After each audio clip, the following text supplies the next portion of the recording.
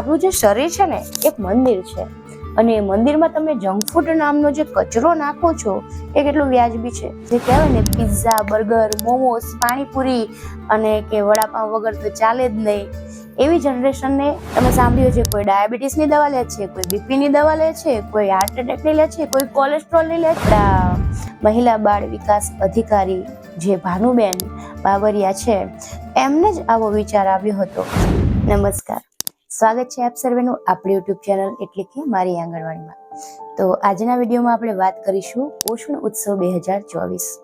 ગત વર્ષની જેમ આ વર્ષે પણ પોષણ ઉત્સવની ઉજવણી દરેક સેજા કક્ષાએ, પછી ઘટક કક્ષાએ, પછી જિલ્લા કક્ષાએ અને રાજ્ય કક્ષાએ થઈ રહી છે અથવા થવાની છે. તમારા સેજામાં પણ કદાચ થઈ ગઈ હશે કાં તો બાકી હશે. કદાચ તમને તો ખબર હશે કે પોષણ એટલે શું અને પોષણ ઉત્સવ એટલે શું, પણ શું તમારા લાભાર્થીઓને ખબર છે? શું તમારા આડોશ પાડોશ સમાજને ખબર છે?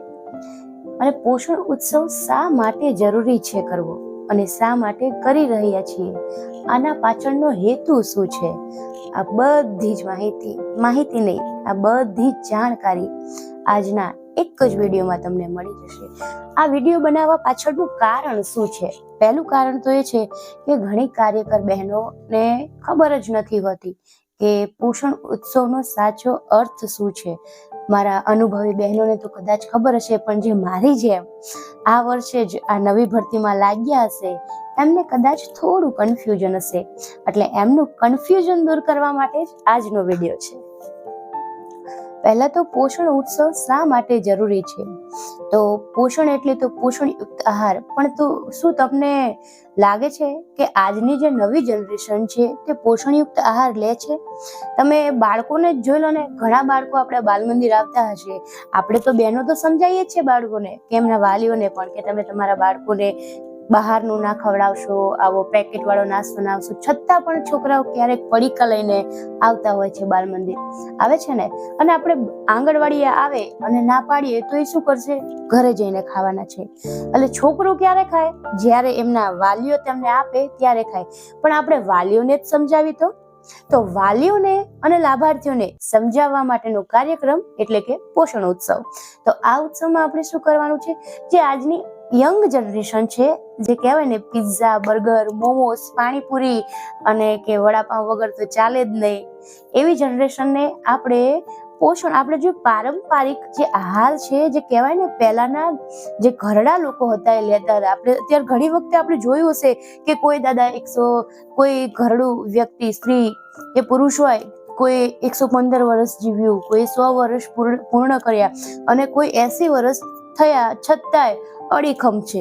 તો શા માટે? કે એમનું ખાનપાન એવું હતું કે કહેવાય ને કે એવું પણ કહે છે કે કોઈ કહેતા હોય કે હું તો આખો રોટલો ખાઈ જતો, કે હું તો ઘી ગોળ ખાતો. અત્યારે શું તમારા ઘરમાં કોઈ ઘી ગોળ ખાય છે? કોઈ બાજરીનો રોટલો ખાય છે? ખાતા હશે, પણ 2 રોટલામાં આખું ઘર જમી લેતું હશે. અને પહેલા એક વ્યક્તિ આખો રોટલો ખાઈ જતો છે. અને અત્યારના જે નવી જનરેશન છે એમને તો રોટલો ભાવતો જ નથી. આ વાત એકલી રોટલાની નથી, પણ જે આપણું ધાન છે. અત્યારે પોષણ ઉત્સવમાં શેના પર ભાર મૂકવા આવ્યો છે? કે જે મિલેટ્સ એટલે શું એ તો આપણે બધા જાણીએ જ છીએ કે જે ધાન હોય છે, રાગી હોય છે, જુવાર હોય છે, જાર હોય છે, મકાઈ હોય છે, કોદરી હોય છે, એમાંથી જે વિવિધ વાનગીઓ બનતી હોય છે તેને આપણે મિલેટ્સ તરીકે જાણીએ છીએ. તમને ખબર છે, પહેલાના જમાનામાં દવાઓ ઓછી અને ખોરાક વધારે હતો, અને આજના જમાનામાં શું થયું છે? માણસ દવાઓ પર જીવે છે અને ખોરાક સાવ ઓછો. તમે સાંભળ્યું છે, કોઈ ડાયાબિટીસની દવા લે છે, કોઈ બીપીની દવા લે છે, કોઈ હાર્ટ એટેકની લે છે, કોઈ કોલેસ્ટ્રોલની લે છે, તો કોઈ સાંધાના દુખાવાની લે છે, તો કોઈ કમરના દુખાવાની લે છે. પણ કંઈક ના કંઈક દવા તો ચાલુ જ હોય છે. અને કંઈ ના હોય તો શરદી ઉધરસ તો હોય છે, જેમ કે અત્યારે મને પણ છે. એટલે મારો અવાજ થોડો ખરાબ આવે છે. અને આ દવાઓથી જો આપણે બચવું હોય તો શું કરવું પડે? આપણો આહાર સુધારવો પડે. મેં ક્યાંક વાંચ્યું હતું કે જો તમે સારો ખોરાક લેશો ને તો તમારે દવાની જરૂર નહીં પડે, પણ જો તમારા ખોરાકમાં જ કમી હશે ને તો તમારે દવાઓ વગર ચાલશે નહીં. એટલે આ દવાઓથી આપણે બચવું હોય ને આપણી જનરેશન, જે આપણા આસપાસ સમાજને આપણો પરિવાર, એમને પણ જો આપણે આ દવાઓથી બચાવવા હોય તો આજથી જ આ વિડીયો જોયા બાદ મારી બહેનો, મારી માતાઓ બધાને કહી દઉં છું કે તમે ધાન્ય તરફ વળી જાઓ, આપણી પારંપરિક સંસ્કૃતિ તરફ વળી જાઓ, જેથી કરીને આપણે પોષણયુક્ત આહાર લઈએ અને આપણા શરીરને સ્વસ્થ અને નિરોગી બનાવી શકીએ. પહેલા કેવું થતું હતું કે કોઈને તાવ આવ્યો હોય અને બાટલો ચડાવ્યો હોય ને, બોટલ ચડાવી હોય ને, તો કે હે તને બોટલ ચડાવી, બધા ખબર કાઢવા આવે આજુબાજુથી, ગામડામાંથી કે ગામમાંથી કોઈ બેસવા આવે કે એને તો બોટલ ચડાવી, એને તો બોટલ ચડાવી. પછી જો ભૂલે ચૂકે કોઈને આવી કોઈ ગંભીર બીમારી થઈ ગઈ હોય તો આખા ગામમાં હાહાકાર મચી જતું. અને અત્યારે તો માણસ ઓપરેશન કરાવીને ઘરે આવે ને તો કોઈને નવાઈ નથી લાગતી. અત્યારે જો ડાયાબિટીસ, ટીબી, કોઈ જાતના રોગની નવાઈ નથી. હા, પહેલા દવાઓ આટલી બધી નથી, મેડિસિન નથી. અત્યારે જે પોલિયો ડ્રોપ્સ આપે છે કે જે રસી આપે છે, પહેલા કદાચ એનું પ્રમાણ ઓછું હતું, પણ પહેલા તમે જોયું છે ને રોગનું પ્રમાણ પણ ઓછું હતું. અત્યારે ઘણા ખરાના મોઢે પણ તમે સાંભળ્યું હશે, કંઈક થાય તો કે અત્યારના ખોરાક જ એવા છે, બધું દવાઓથી બને છે, બધામાં દવાઓનો છંટકાવ થાય છે. અત્યારે તમે જોશો કે 10 માંથી 2 જણ તો એવા નીકળશે કે જેને ડાયાબિટીસ હશે. અને અત્યારે તો પહેલા શું થતું કે પહેલા રોગ હતા પણ એની દવાઓ સામે નથી, એટલે વ્યક્તિઓમાં ભય હતો એક જાતનો કે મને થશે તો મને મટશે નહીં, મને થશે તો મને મટશે નહીં. એટલા માટે શું કરતા, સારો આહાર લેતા. અને અત્યારે આપણને થઈ ગયું છે ચલો કંઈ થયું લે ને, દવાથી તો મટી જ જવાનું છે ને, એટલે કોઈ જાતનો ભય નથી આપણે. તો આપણે દવાઓ લેવી જ છે શા માટે? અત્યારે તમને ખબર છે કે દવાઓના પણ કેટલા બધા સાઈડ ઇફેક્ટ હોય છે. એક રોગને મટાડે ત્યાં બીજા રોગને ઉભો કરી દે છે. એટલે આપણે દવાની આશાએ બેસી જ શા માટે રહેવું છે? શા માટે આપણે પોષણયુક્ત આહાર નથી લેવો? શા માટે આપણું જે શરીર છે ને એક મંદિર છે, અને એ મંદિરમાં તમે જંક ફૂડ નામનો જે કચરો નાખો છો એ કેટલું વ્યાજબી છે? તમે તમારા જ શરીરને બગાડો છો ને. એના કરતા તમે સ્વસ્થ સાત્વિક આહાર લો ને. શા માટે નથી લેતા? શા માટે આપણી પુરાની સંસ્કૃતિ તરફ નથી વળતા? તમે આપણી જનરેશનને કેમ અરીસો બતાવતા નથી? તમે જોયું છે, તમે એ વચગાળાની પેઢી છો કે જેને આ બધું જોયેલું છે. જે નવી જનરેશન છે તેને તો ખબર જ નથી. એને કોણ કહેવાનું છે? આપણે કહેવાનું છે. તો શા માટે તમે કહેતા નથી? એમને અત્યારથી સ્વસ્થ અને મજબૂત બનાવો, તંદુરસ્ત બનાવો. શા માટે દવાઓના ઉપર આશ્રિત રાખો છો? તો સરકાર આવા બધા ઉદ્દેશ્યોના ખાતર થઈને જ આ પોષણ ઉત્સવ જેવા કાર્યક્રમ કરે છે. અને પોષણ ઉત્સવ કાર્યક્રમ કરીને તેઓ દરેકને આ વિસરતી જતી વાનગીઓ તરફ અવગત કરે છે. તમને ખબર છે, જે આપણા મહિલા બાળ વિકાસ અધિકારી જે ભાનુબેન બાબરિયા છે, એમને જ આવો વિચાર આવ્યો હતો કે શા માટે આપણે આવા પોષણ ઉત્સવ જેવા કાર્યક્રમ ન કરીએ અને જેટલા બની શકે તેટલા લોકોને આપણે જાગૃત કરીએ. તો આપણે તેમનો પણ ખરા દિલથી આભાર માનવો જોઈએ કે આપણને પણ ઘણી ખરી એવી વાનગીઓ હોય છે, એવા ધાન્ય હોય છે જેની ખબર નથી હોતી કે એમાંથી પણ આવી વિવિધ વાનગીઓ બની શકે. અને એના સ્વાસ્થ્ય તો ખરી પણ સાથે સ્વાદથી પણ ભરપૂર એવી વાનગીઓ આપણે બનાવીએ છીએ અને બધાને એ સમયે ખવડાવીએ પણ છીએ. તો આપણે જે અત્યારે જે પોષણ ઉત્સવ 2024 કાર્યક્રમ થાય છે એની પહેલા પણ પોષણ સપ્તાહ થઈ ગયો, પોષણ માસ થઈ ગયો, અને આ બધામાં આપણે અલગ અલગ વાનગીઓ બનાવીને લઈ ગયા હતા. THR ની બનાવી અને હવે મિલેટ્સની બનાવીશું. તો ઘણા ખરાને જે માતાઓ બહેનો હશે, કાર્યકર બહેનો, એમને તો ખબર જ છે કે મિલેટ્સ એટલે શું, પણ ઘણા ખરાને કદાચ નહીં ખબર હોય કે મિલેટ્સ એટલે શું. તો મિલેટ્સ એટલે એવા ધાન્ય કે જેમાં કહેવાય ને ફેટ ના હોય અને તે પોતાની રીતે સંપૂર્ણ આહાર હોય. તો મિલેટ્સમાં જાર હોય, પછી કોદરી, પછી રાગી, પછી જુવાર અને ચણા, આ બધું શું કહેવાય? મિલેટ્સ કહેવાય. અને આનાથી તમે સારી વાનગીઓ, સ્વાદથી ભરપૂર વાનગીઓ બનાવી પણ શકો છો અને પોતાના શરીરને મજબૂત પણ રાખી શકો છો.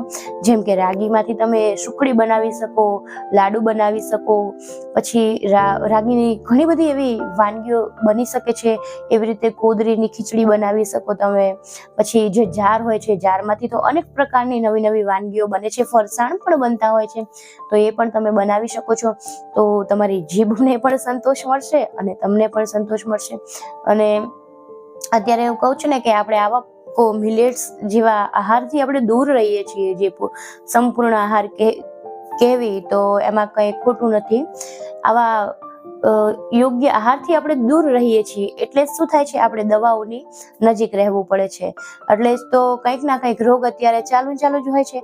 કોઈને કેન્સર થાય છે, કોઈને ડાયાબિટીસ થાય છે, કોઈને હૃદય થાય છે. અને હું કહું છું ને કે ગોળીઓ તો અત્યારે માણસો જેટલો પોષણયુક્ત આહાર નથી ખાતા ને, જેટલું જમતા નહીં હોય ને 2% એટલી તો ગોળીઓ ખાતા હશે. કેટલી બહેનો તમને પ્રોબ્લેમ હશે, કોઈને બીપીની પ્રોબ્લેમ હશે, કોઈને થાઇરોઇડની પ્રોબ્લેમ હશે, કોઈને એટેકની પ્રોબ્લેમ હશે, કોઈને લોહી જાડું પાતળું કરવાની પ્રોબ્લેમ હશે, અને કંઈ ના હોય ને તો કમરના દુખાવા તો હશે જ. અને છેવટે ઋતુ બદલાય એટલે શું થાય, તરત શરદી ઉધરસ. હમણાં ઘણા સમયથી આપણે વિડીયો પણ નાખ્યો નતો એટલે એ થયું ચલો અત્યારે જે આપણે પોષણ ઉત્સવ કાર્યક્રમ ચાલુ છે એના અંતર્ગત જ આપણે બહેનોને અવગત કરાવી દઈએ કે તમે શું શું કરી શકો છો. અને ઘણા ખરા કટકમાં તો આ પ્રોગ્રામ થઈ પણ ગયો હશે અને ક્યાંક બાકી પણ હશે. અને જે જગ્યાએ આ પ્રોગ્રામ થઈ ગયો હોય તો એ બહેનોને, કાર્યકર બહેનોને અથવા તેડાગર બહેનો અથવા તો કોઈ લાભાર્થી મારો વિડીયો જોતા હોય તો તમે પણ કંઈક વાનગી બનાવીને લઈ ગયા હશો તો મને ખાસ કોમેન્ટમાં તમે જણાવજો. તમારો જિલ્લો, તમારો ઘટક, તમારો સેજો, તમારું નામ અને તમે કઈ વાનગી બનાવીને લઈ ગયા હતા અને શેમાંથી બનાવી હતી. અને જો તમારો નંબર આવ્યો હોય તો નંબર પણ મને ખાસ કરીને જણાવજો. જો અહીંયા આપણે કહેવાય ને કે બધા વાનગીઓ લઈ જતા છું, એમાં કદાચ કોકનો નંબર ન પણ આવે તો number it is just a number. A number ખાલી એક કાર્યક્રમનો ભાગ છે, એટલે એટલું બધું મન માથે નહીં લેવું. બાકી તો આપણે બધા નંબર 1 જ છીએ. અને હું કહું છું ને કે મારા આગળના વિડીયોમાં પણ તમને જણાવ્યું હતું કે આંગણવાડી બહેનો એટલે શું. અને એમાં ઘણી ખરી બહેનોની કોમેન્ટો પણ બહુ જ સારી કોમેન્ટો આવી. ખૂબ જ તમારો મને સપોર્ટ મળ્યો. તો મને આશા છે કે તમે જરૂરથી આગળ વધવામાં મદદ કરશો. આજે તમારા સપોર્ટ અને તમારા આશીર્વાદથી જ હું અહીંયા પહોંચી છું અને આગળ પણ તમે જ મને પહોંચાડવાના છો. તો જેટલો બને એટલો મારો વિડીયો તમે શેર કરતા રહેજો અને ખાસ કરીને તમારી કોમેન્ટ તો મને આપતા જ રહેજો, જેનાથી મને પણ ખબર પડે કે તમે મારા વિડીયો જોવો છો. તો તમારી ઘણી ખરી મારા વિડીયોમાં જે આગળનો આંગણવાડી એક માં એમાં પણ ઘણા બહેનોની કોમેન્ટો આવી, તેમજ આંગણવાડી ભરતીવાળા વિડીયોમાં અને THR વાળા વિડીયોમાં પણ તમારી બધાની ખૂબ સારી કોમેન્ટો આવી અને ઘણા ખરાના પ્રશ્નો પણ છે. હું બને ત્યાં સુધી તો પર્સનલી બધાને હું આન્સર આપી જ દઉં છું, પણ કદાચ આ તો અત્યારે શું મારે થોડો સમયનો અભાવ છે, એના કારણે હું કદાચ બધાને રિપ્લાય નહીં આપી શકતી હોય તો હું વહેલા કે મોડા તમને એનો આન્સર જરૂરથી આપી દઈશ. અને ઘણા ખરા બહેનોની એવી પણ કોમેન્ટ હતી કે બેન ભરતી ક્યારે આવશે, તો આંગણવાડીની ભરતી જેવી આવશે એવી તરત જ હું તમને અપડેટ આપી દઈશ. અને એમાં કયા ડોક્યુમેન્ટ અંદર જોડવાના છે એ મેં આગળના વિડીયોમાં તો જણાવી દીધું હતું, પણ છતાં પણ એક વિડીયો હું ડિટેલ્સમાં બનાવીશ કે રહેઠાણનો પુરાવાનો જે દાખલો હોય છે, રહેઠાણનો દાખલો, એ દાખલામાં કયા ડોક્યુમેન્ટ જોવે, મેરેજ સર્ટી કઈ જગ્યાએ જરૂરી છે. તો હું એક કોમેન્ટ વિડીયો પણ આના ઉપર બનાવવાની છું કે જે બહેનોએ ખાસ જે કોમેન્ટો મને વધુ કરી છે કે જે પ્રશ્નો મને વધુ જોવા મળ્યા છે એ બધા પ્રશ્નો ઉપર હું જરૂરથી રિપ્લાય આપીશ. તો હમણાંથી વિડીયો હું કન્ટિન્યુ નાખી નથી શકતી, પણ હવે સતત આપણે જોડાણમાં ટચમાં રહેશું અને મારા વિડીયો કન્ટિન્યુઅસલી આવતા રહેશે. તો તમે ખાસ કરીને મારા દરેક વિડીયોને જોજો, કોમેન્ટ કરજો અને તમારા કોઈ નવા વિચાર હોય તો સજેશન પણ મને આપતા રહેજો. અને બાકી તો મારા વિડીયોને લાઈક, શેર, સબસ્ક્રાઇબ કરવાનું ભૂલતા નહીં અને બાજુમાં આપેલા બેલ આઇકોનને જરૂરથી પ્રેસ કરજો, જેથી કરીને મારા દરેક આવનારા વિડીયો હોય તેની નોટિફિકેશન તમને સૌથી પહેલા મળી જાય. તો જ્યાં સુધી નવો વિડીયો આવે નહીં ત્યાં સુધી આવજો.